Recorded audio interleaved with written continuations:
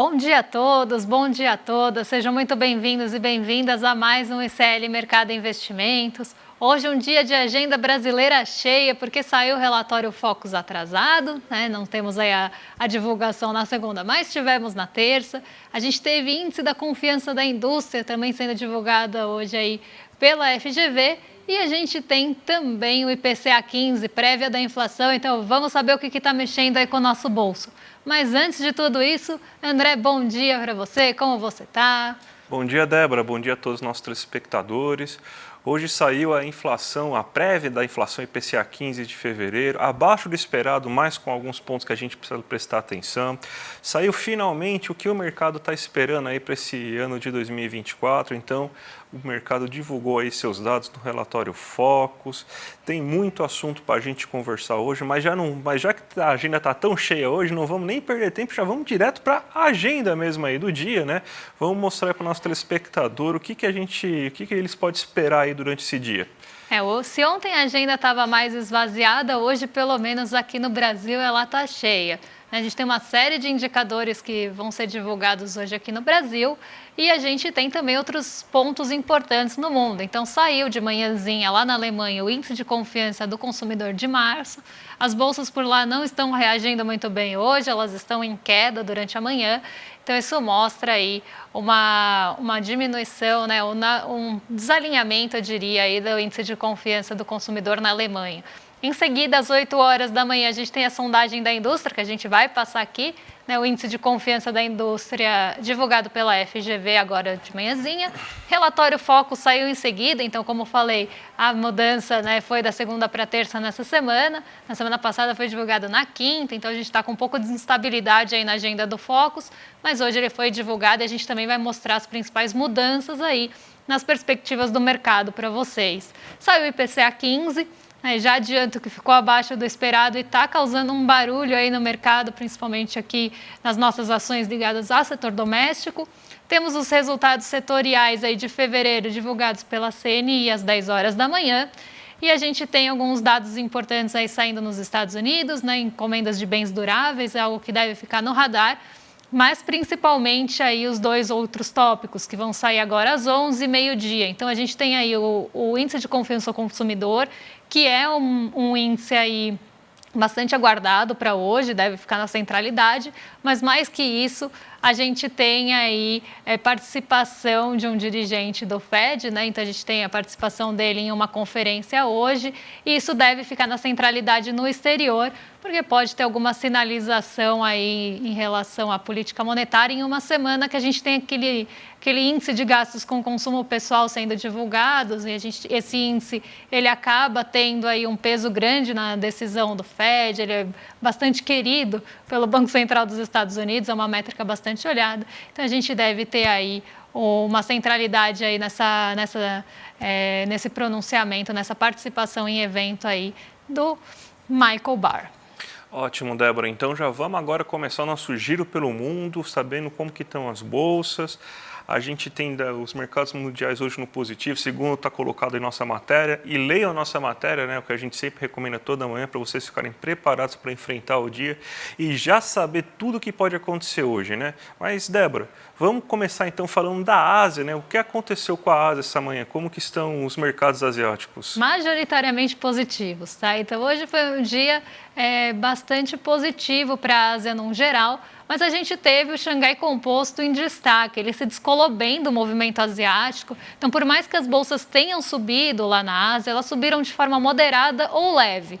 O Nikkei 225, como a gente vai ver mais tarde, ele teve uma leve alta de 0,01.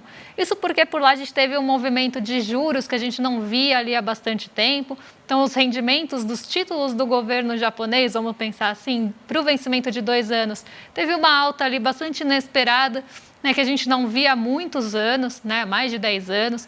Então, isso mexeu um pouco ali com os ânimos do mercado japonês, que subiu, mas subiu de uma forma muito leve. Nos outros mercados asiáticos, a gente teve esse mesmo movimento. Ou as altas foram leves ou elas foram moderadas. Isso porque ontem em Nova York a gente teve ali um dia mais negativo, um dia de realização de ganhos, como a gente já tinha indicado aqui. Foi um dia que as bolsas caíram por lá, realizando aqueles ganhos que a gente viu acontecendo aí na semana passada. Então, esse movimento mais pessimista dos Estados Unidos chegou na Ásia com um certo peso. Mas o Xangai Composto ele conseguiu se descolar, né? Subiu 1,28% hoje. E ele teve esse movimento porque está se aproximando uma plenária do governo chinês e o mercado já está com alguma expectativa, essa plenária vai acontecer em março, e o mercado já está criando uma expectativa de que novos estímulos vão ser divulgados. Então, o Xangai Composto subiu 8 sessões consecutivas devido aí aos estímulos já divulgados. Então, a gente teve estímulos no mercado financeiro, corte de juros, a gente teve também ali financiamentos para habitação, sendo, né, recursos de financiamento para habitação sendo ali anunciados. Isso mexe bastante com o setor imobiliário que está fragilizado lá na China. E agora o mercado passa a esperar que nessa plenária de março novos estímulos vão ser divulgados. Então, novos estímulos à economia chinesa. Isso fez com que o minério de ferro subisse hoje, depois de várias quedas consecutivas. Eu vou falar disso na abertura. Mas esse sentimento positivo fez com que o Xangai Composto aí liderasse os ganhos e se descolasse do restante do continente. Vamos para o Brasil, então, que saíram os dados do IPCA 15, a prévia da inflação.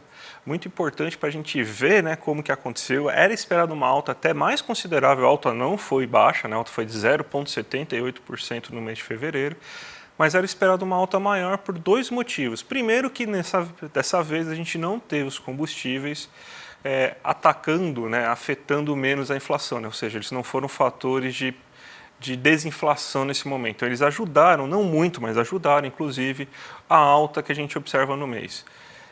O preço dos alimentos continuou em alta, só que ele subiu menos do que estava se esperando, mesmo subindo bastante, né? Então, a gente vai daqui a pouco falar até do gráfico aqui com mais detalhes, e também por causa dos reajustes dos cursos, né? Dos cursos educacionais, né? Faculdade, cursos técnicos, creche e tudo mais, né? Então, esses índices eram esperados que aumentassem a inflação, mas os alimentos, mesmo subindo tanto, subiu menos do que estava esperado. A gente tem até o gráfico aqui, vou mostrar agora o gráfico, agora sim, o gráfico. A gente vê, então, quais foram os principais itens. A gente vê que os alimentos eles subiram bastante, mas era esperado uma alta ainda maior, porque você está tendo alguma certa recuperação de alguns setores, principalmente setores de grãos. Então, a tendência agora é você começar a ter uma alta menos expressiva a partir dos próximos resultados. Os efeitos do El Niño parece que estão passando um pouco antes do que estava sendo imaginado. Era imaginado que eles ficassem em alta até abril, então parece que agora está começando, inclusive, a dar uma queda, mas a gente vê, ó, arroz subiu 5,85%, feijão 7,21%, a batata, que é um dos grandes vilões, né?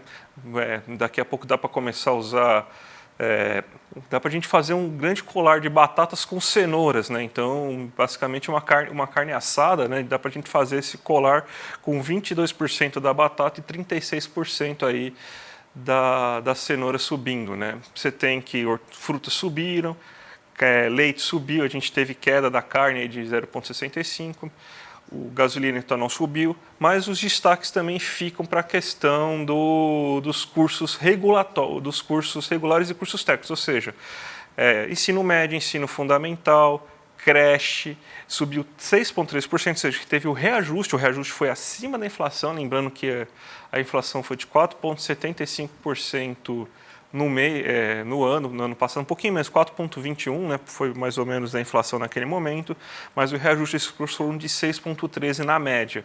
E os cursos técnicos, ou seja, curso profissionalizante, cursos de informática, esses tipos de cursos subiram também 6,1%. Então, esse aí foi o desenho da inflação nesse momento. Então, você teve uma alta do preço dos alimentos, o preço dos combustíveis atrapalhou um pouco, porque a gasolina subiu 0,84%, 0,32% do etanol. Então, você teve, inclusive, um peso dos combustíveis atrapalhando um pouco e os cursos educacionais também ajudando. Então, o que acabou amenizando e tornando a inflação abaixo do esperado foi que os alimentos subiram menos do que estava sendo esperado, Débora. Exatamente. E a gente, né, estou acompanhando aqui vocês discutindo sobre a inflação no chat, né, muita gente falando do preço, por exemplo, do arroz, e é um ponto que a gente sempre vem falando aqui, né, a gente bate nessa tecla e começou a bater nessa tecla, inclusive antes desses impactos começarem a pesar aqui no nosso bolso, que é a questão climática, né? A gente tem ali chuvas excessivas no sul, a gente tem secas em outras partes do país, ali, né, por exemplo, no centro-oeste. Isso está prejudicando, sim, a produção de alimentos.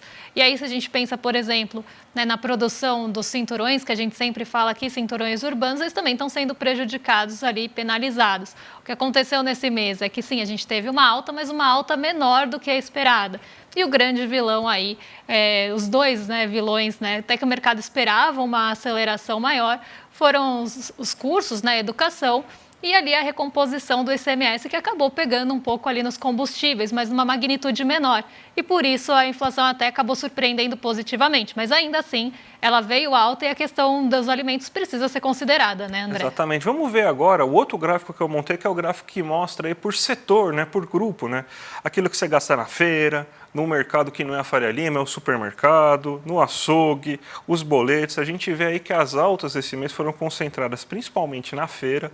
A feira subiu 4% nesse mês, é uma alta muito significativa. Nos últimos 12 meses a feira já está com uma alta de 9,75%, então a feira está quase 10% mais cara do que estava no passado.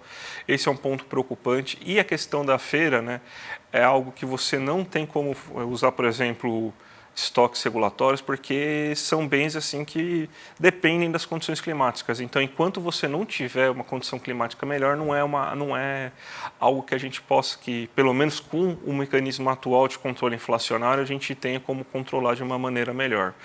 O mercado, que aí já vem também alimentos industrializados, limpeza e tudo mais, teve uma alta de 0,72, mas a alta foi bem menor do que a gente fez da feira, né? Então o mercado está 2,88% mais caro do que estava naquele momento. Os boletos, que está inclusive dentro os cursos educacionais, subiram 0,82 em média, porque mesmo os cursos subindo, você tiveram alguns outros bens do boleto, como conta de energia elétrica, aluguel e tudo mais, que acabaram baixando de preço, então você teve que meio que uma compensação, então sumiu menos do que o esperado esses boletos, mas mesmo assim estão 6% acima do que estava um ano atrás. E o lazer subiu 2,02%, com agora uma alta de 6% em 12 meses. Por que o lazer subiu tanto?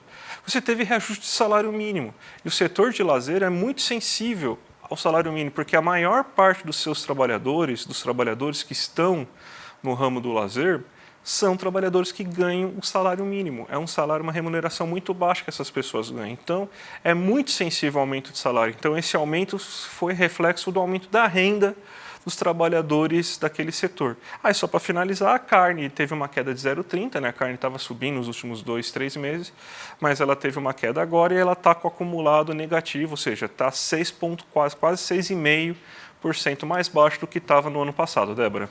E aí a inflação, né, o IPCA 15, traz aí uma expectativa, né, já traz uma direção do que a gente pode esperar para a inflação cheia, né, que a gente fala de fevereiro, porque aqui a gente está só considerando os 15 primeiros dias de fevereiro e os 15 últimos dias de janeiro. Então, a gente está, por isso que ele se chama IPCA 15 e é considerada essa prévia da inflação. Mas ele já traz aí um direcionamento, uma sinalização para onde deve caminhar aí a nossa inflação em fevereiro, quando o mês já estiver fechado. Vamos falar então da confiança da indústria que saiu hoje, né? Ela ficou estável em fevereiro, mas ela estava com dados muito bons em janeiro, né? Então, você até montou gráficos. Explica um pouco para a gente aí dessa questão da confiança da indústria, Débora. Olha, a confiança da indústria, ela ficou praticamente igual ali ao mês passado, ela não teve grandes mudanças, nem em relação à avaliação da situação atual pelo setor industrial, nem ali em relação às expectativas, né? As expectativas tiveram ali uma leve queda, mas no geral o setor industrial continuou ali com uma confiança praticamente semelhante ao mês passado. Então, quando a gente olha o gráfico, a gente começa a ver, né, que a indústria tem uma melhora no segundo semestre, né, em relação às suas expectativas, e aqui é um ponto que vale frisar. Esse índice de confiança ele também acaba sendo um termômetro, porque mostra aí o que o setor espera, né? Os agentes daquele setor esperam para a economia, o que eles esperam ali para a situação atual e também como é que está a confiança em relação ao setor. E isso é importante porque as expectativas elas são uma parte importante do investimento, por exemplo. Se aquele setor está mais confiante, ele pode ali realizar mais investimento, aumentar a sua capacidade de produção, se ele tiver uma boa perspectiva, principalmente aí do futuro. E a gente vê que essa expectativa ela vem melhorando aí no segundo semestre do ano passado, teve um momento bastante ruim ali entre abril e junho, mas depois a gente começa a ver essa ascensão da confiança da indústria. Então, mostra que a indústria, enquanto setor, está mais confiante, tanto em relação à situação atual, quanto também aí as expectativas para o futuro. Quando a gente olha ali as variações, né, como é que estão as variações em relação ao mês passado ou em relação ao ano passado, então a fevereiro de 2023, a gente vê uma melhora bem perceptível em relação ao ano anterior. Né, como eu falei, em relação ao mês passado, a confiança da indústria ficou praticamente estável, não teve grande mudança ali entre um mês e outro, até porque janeiro a gente teve um salto importante. Agora, em relação a fevereiro do ano passado, a indústria está muito mais confiante nesse momento.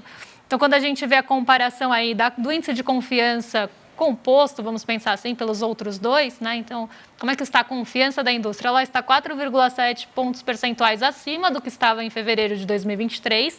E a análise da situação atual e das expectativas para o futuro também subiram aí 4,6 e 4,9 pontos percentuais em relação a fevereiro do ano passado. Então, a gente vê, sim, uma melhora em relação a como estava a confiança da indústria no começo do ano passado. Então, aqui a gente vê uma melhora realmente ao longo de 2023, que acabou refletindo também nessa melhora de perspectiva, sobretudo para o futuro, que é muito importante quando a gente fala de um setor industrial que tem ali, né, que tem um peso importante e que está sofrendo bastante e tem ali a expectativa precisa estar boa para que a gente tenha ali aumento da capacidade produtiva, e isso a gente vê no índice de utilização da capacidade da indústria, que veio também melhorando no segundo semestre, mas se a gente compara com fevereiro do ano passado, a mudança não foi tão brusca.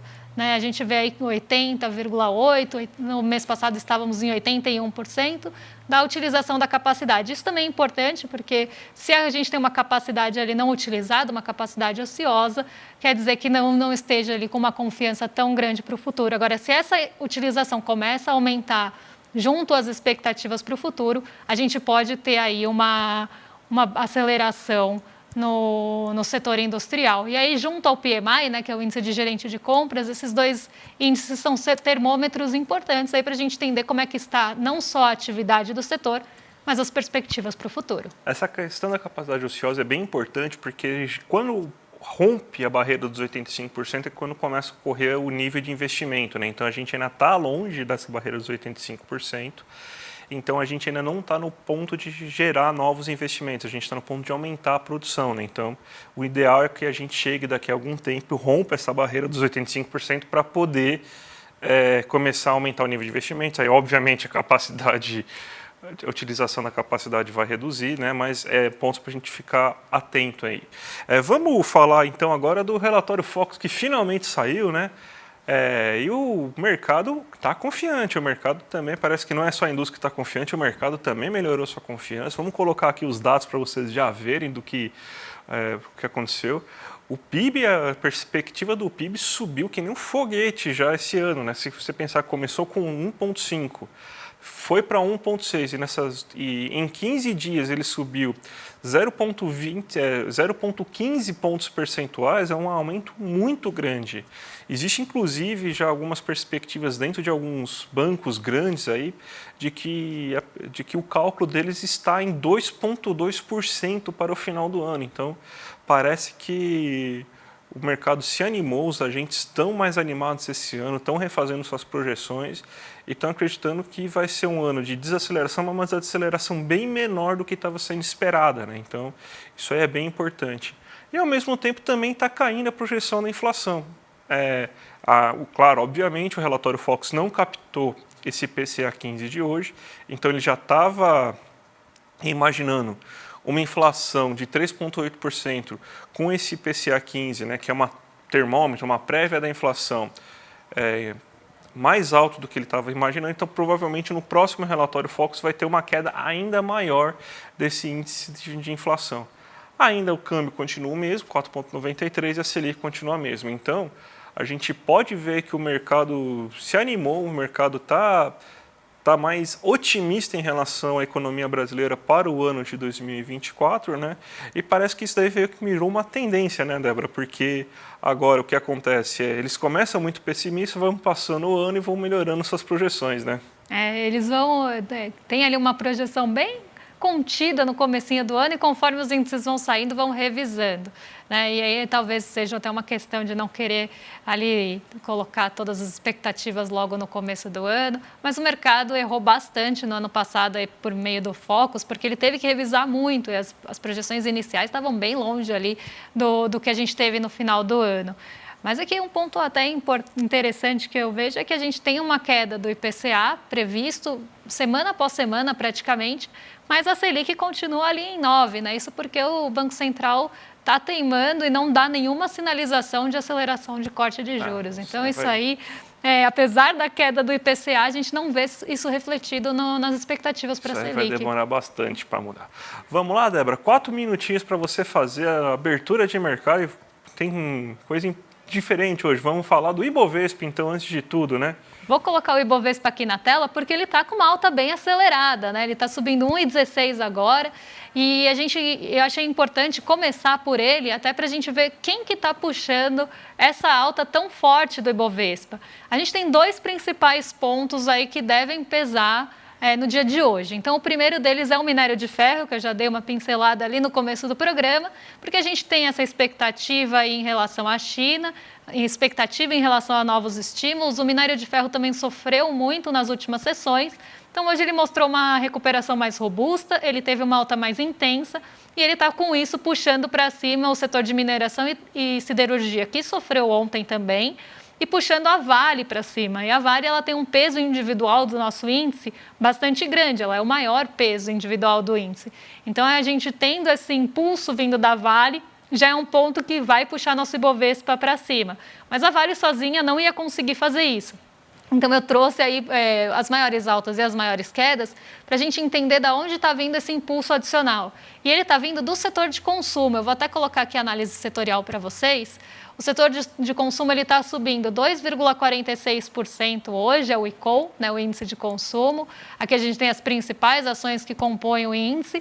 E ele está sendo puxado para cima justamente pela surpresa positiva que a gente teve no IPCA 15. Então, o mercado estava esperando um IPCA 15 muito maior, né, acima inclusive de 0,8, e ele teve uma surpresa positiva. Isso fez com que aquelas taxas de juros futuras, então a expectativa para os juros no futuro, caísse. E setor de consumo e setor imobiliário, que se a gente colocasse aqui também, ele ia estar bem alta, são mais sensíveis a movimentos nos juros, porque são setores mais dependentes de crédito, são setores que têm uma dependência maior desse movimento de juros.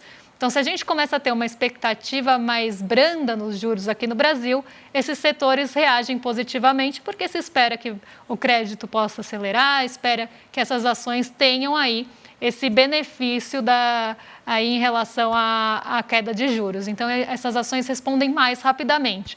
E aí a gente tem o índice de consumo puxando o Ibovespa para cima. Mas vamos ver aí como é que está, num geral, o nosso mercado, porque o Ibovespa está numa alta bem descolada em relação ao restante. O S&P 500 está subindo, né? Acabou de abrir, mas ele está muito perto da estabilidade. A gente vê o Nikkei 225, como eu falei, também muito próximo à estabilidade. E o dólar, né? Por mais que o nosso Ibovespa esteja numa alta acelerada, o dólar não está acompanhando com uma queda tão acelerada assim. E isso a gente consegue analisar junto ao S&P 500. Porque, como eu falei, essa semana, lá para o fim da semana, então na quinta e na sexta, a gente tem divulgações bem importantes nos Estados Unidos. A gente tem o índice de gastos com consumo pessoal, que eu falei é um índice de inflação que o Banco Central dos Estados Unidos adora, acompanha bem de perto, e qualquer movimentação ali pode trazer um reforço ou não das expectativas para o corte de juros nos Estados Unidos. Então, isso está mexendo bastante com a ansiedade, o mercado já está esperando esse dado e está criando expectativa em relação a ele. E junto a isso, a gente tem a leitura do PIB dos Estados Unidos também. Então, são 2 dados importantes que saem no final da semana e já estão no radar do mercado, mexendo com as expectativas. Então, por mais que a gente tenha uma bolsa hoje acelerando, respondendo à queda na nossa curva de juros doméstica, O dólar ele não está caindo na mesma magnitude porque as treasuries estão bastante estáveis. As treasuries elas são os rendimentos de títulos do governo dos Estados Unidos. E essa instabilidade aí está vindo justamente da expectativa por esses dados que saem no final da semana. Então isso está trazendo ainda esse movimento mais contido da queda do dólar. Poderia ser mais acelerado, principalmente se a gente pensa no minério de ferro e a gente aqui é exportador de commodity. O dólar, em relação aos pares, ele está subindo bem levemente, aí 0,03 agora, justamente por esse motivo que eu expliquei. Então, a queda aqui está um pouco mais acelerada por conta do otimismo em relação à nossa bolsa e também por conta da alta do preço das commodities. Então, esse movimento não está acontecendo em relação aos pares do dólar. Mas a gente poderia, sim, ter uma queda maior se não fosse as treasuries. Mas, no geral, hoje é um mercado mais positivo e a gente deve ter esse movimento aí lateralizado nos Estados Unidos por conta dessas expectativas dos dados no final da semana. Ótimo, Débora. Vamos lembrar então ao nosso telespectador que tem novidade, curso novo chegando. E vocês vão conhecer esse curso novo aí na quinta-feira, dia 29, 8 horas da noite, Empreendedor Mestre. Se você está cansado já daqueles coach que te engana, a gente já conseguiu te dar uma alternativa ao coach que te engana nas finanças, né? Agora a gente vai te dar uma alternativa também daquele coach que tenta te enganar para empreender. E aqui a gente vai estar com o selo ICL de qualidade aí, o Empreendedor Mestre. Então já se inscrevam aí, está um sucesso, parece que mais de 40 mil pessoas já se inscreveram na aula. E lembrando, né, você clica aqui nesse link que está aqui embaixo, se inscreve na aula, você vai receber um link, vai passar para os seus amigos, familiares, para o cachorro, para o papagaio, para o gato, para todo mundo. E quem tiver, e as 50 pessoas que mais conseguirem ter inscritos a partir de seus links vão ganhar uma bolsa de estudo, então vão pegar todo esse conteúdo de graça, vale muito a pena. Então, gente, já se inscreve para não perder aí essa aula aí na quinta-feira, vai valer muito a pena, mais um produto ICL com muita qualidade para vocês. Não tem como ficar de fora, né? E agora vocês vão ficar com o William De Luca no Rolê ICL. A gente volta amanhã a partir das 11 horas da manhã com mais notícias aí do que está impactando o mercado, o que está impactando o nosso bolso e para onde está andando o mercado financeiro. Um beijão e até amanhã. Até amanhã, gente. Tchau, tchau. Que beleza! Combinado, então.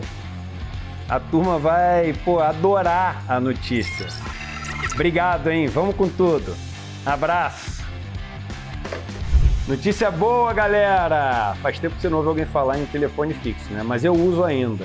E agora acabou de vir uma notícia incrível. Mais um professor, um dos melhores do Brasil, confirmados no grupo que vai dar esse programa de formação Empreendedor Mestre.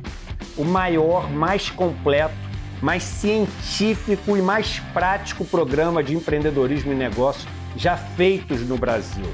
Um curso que, numa boa, em termos práticos, substitui um monte de MBA que as pessoas estão dando aí, cobrando 20, 30, 40 mil reais. A ideia é democratizar as ferramentas que as pessoas precisam para hackear o sistema e vencer os grandes. Se você quer se inscrever na aula inaugural desse curso, aberta e gratuita, ao vivo comigo, é só clicar no link que vai estar aqui. A aula acontece dia 29 de fevereiro, às 8 horas da noite, no horário de Brasília. A gente se vê lá.